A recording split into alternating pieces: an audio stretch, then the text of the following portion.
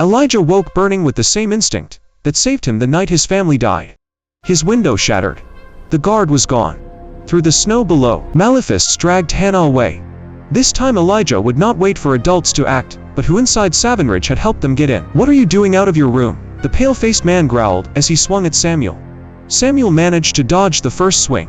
"Tell me." The man swung again, and this time, the whip connected. Samuel fell to his knees. "Please," Samuel pleaded. The pale-faced man made a horrible, mangled-looking grin. Master Roddick stood up. "Back up, Elijah." Elijah did what he was told. Roddick raised his arms slowly over his head and closed his eyes. The ice-cold water from the fountain began to spill out and gathered around Roddick. The water gathered above Roddick in a fantastic tower, growing higher and higher. Just as the pale-faced man was about to whip Samuel again, Roddick made a violent punch with his right palm, and all the water above him shot forward in a furious stream. It barreled toward the pale-faced man. In an instant, the force of the water hit him so hard his whip ripped from his hand, and he was carried through the wooden doors of Elias Hall. The water instantly flooded the first floor. Samuel ran toward Master Roddick and Elijah. "Are you okay?" asked Roddick out of breath. Samuel nodded but didn't speak. "Okay then.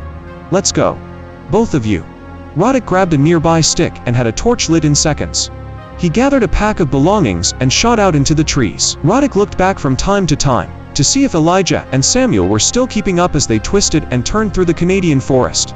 After what seemed like miles of running, Roddick slowed down. The trio headed that way, keeping close to the tree line. Master Roddick gave the torch to Samuel and ordered the boys inside the cave while he looked around. In a few minutes, a blazing fire heated the cave. Master Roddick came back with more sticks and logs and placed them near the fire. "Great fire, lads." Samuel beamed at Roddick's compliment. "Do you think anyone is following us?" asked Samuel. "I doubt it," answered Roddick. "We got a pretty good head start. Besides, I'd be surprised if that pale-faced ghoul could remember his own name now anyway." He knelt down and considered Samuel. "You sure you're okay, lad?" "Yeah," said Samuel, although he was trembling. "He only got me a couple of times." Roddick broke the silence. "Well, I guess the cat's out of the bag. Let me start off by saying what you saw is not supposed to be seen by common people. I've been trained to protect. Simple as that. And when I saw that horrible man hitting you, I reacted." "I'm sorry," Samuel said. "I know I wasn't supposed to be out of bed, but I heard Elijah leave and I wanted to see if he was okay." "It's fine, lad. What's done is done." Master Roddick took a deep breath. "All right. I know you both have a million questions. Before I go on, however, you both must make a promise right here, right now. You must promise that whatever happens, you will not tell a soul what you saw tonight, or what I'm about to tell you now. Is that understood?" Elijah and Samuel nodded. Roddick took another deep breath. "I'm taking you to a place called Savage. It's about a day's walk from here. Elijah, the reason I left a few weeks ago was to ask them if I could bring you with me.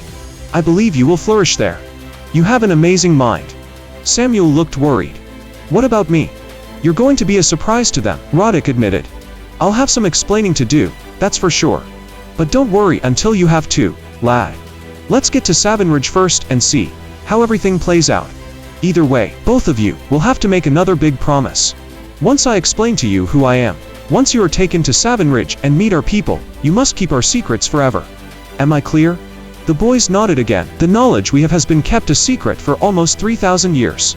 What I'm about to tell you is powerful. It's history. Therefore, once you get to Savage, you can't come back." Roddick sighed again. "I am a Magi. Despite what you may have read, Elijah, the Magi are not possessed by evil spirits. That's ridiculous. We're not another race. We're not another species. We're human. And we're good. Are you with me so far?" "I think so," said Elijah. "So, what's the difference between the Magi and everyone else?" "Nothing," answered Roddick. "The Magi are the same as common people, except we have knowledge of a power they don't know about. You saw just a small portion of that power tonight." "You mean moving the water?" asked Samuel. Roddick nodded. "Yes. That is my power." "Your power." "Each Magi chooses a power to train with that fits their personality." "What do you mean by personality?" asked Elijah. "I'm not really the best person to explain that part," Roddick answered. "But I can give you the basics. You see, our world is broken up into 4 parts. Each part has its own personality. One part is water, which has a particular personality. Another part is fire, which has another personality. The third part is wind, and the last part is the earth. Water, fire, wind, earth, said Samuel. The 4 elements. Yes, Roddick said. But the Magi know them as much more. We can control these elements because we've acquired the knowledge of their personality on a much deeper level. What do you mean a deeper level? Asked Elijah. Most people don't really understand the world. They're too busy with their own conquests and self-interests. The Magi, however, spend a lifetime trying to understand the rules and personalities of the 4 elements. We believe if the world is to be used, it should be for goodness and protection, not for greed. Now here's where the power comes in, Roddick continued. When you're able to understand these rules, you can stretch them and use them in ways that aren't normal. Was what you did with the water considered stretching the rules? Asked Samuel. Have you ever seen water do that? Samuel turned red. I was able to use the water the way I did tonight because I understand the rules of water. Therefore, when I needed to, I stretched the rules. I manipulated the water in ways common people can't. Does that make sense? You say anyone can do this? Asked Elijah. Roddick shook his head. The Magi spend years training to use the elements appropriately. Children are taught from birth. Teenagers are sent to train with special teachers. For a common person to learn these things, it would take a very special mind. However, I believe you have that mind, Elijah. That is why I asked you to meet me tonight. What about me? Samuel asked. Well, lad, I haven't had the pleasure of meeting you until now. Training can be quite frustrating, even for Magi. Are you willing to work hard? Yes. That's a good start, Roddick said. But I'm afraid the decision will rest with the Elder Council. Why do you work at the Academy if you're a Magi? Elijah asked. Do you remember why I said I helped Samuel? Roddick asked. The Magi protect the good in the world, but there is also evil. Unfortunately, there's another group who know our power. They believe in destruction, hatred, greed. They call themselves Malefists. Malefists? Asked Samuel. Yes. They are very powerful and very dangerous. To go back to why I work at the Academy, the school has been, in recent years, a training ground for the Malefists. Only, the students don't know it.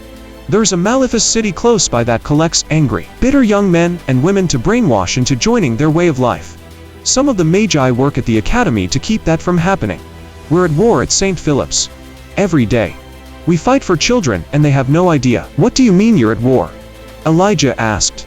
I've never seen any fighting. Not all wars are physical. The one at the Academy is mental. The Malefists try to manipulate the students, who are the most angry and self-destructive, into joining their cause. What's their cause? Elijah asked. Not tonight.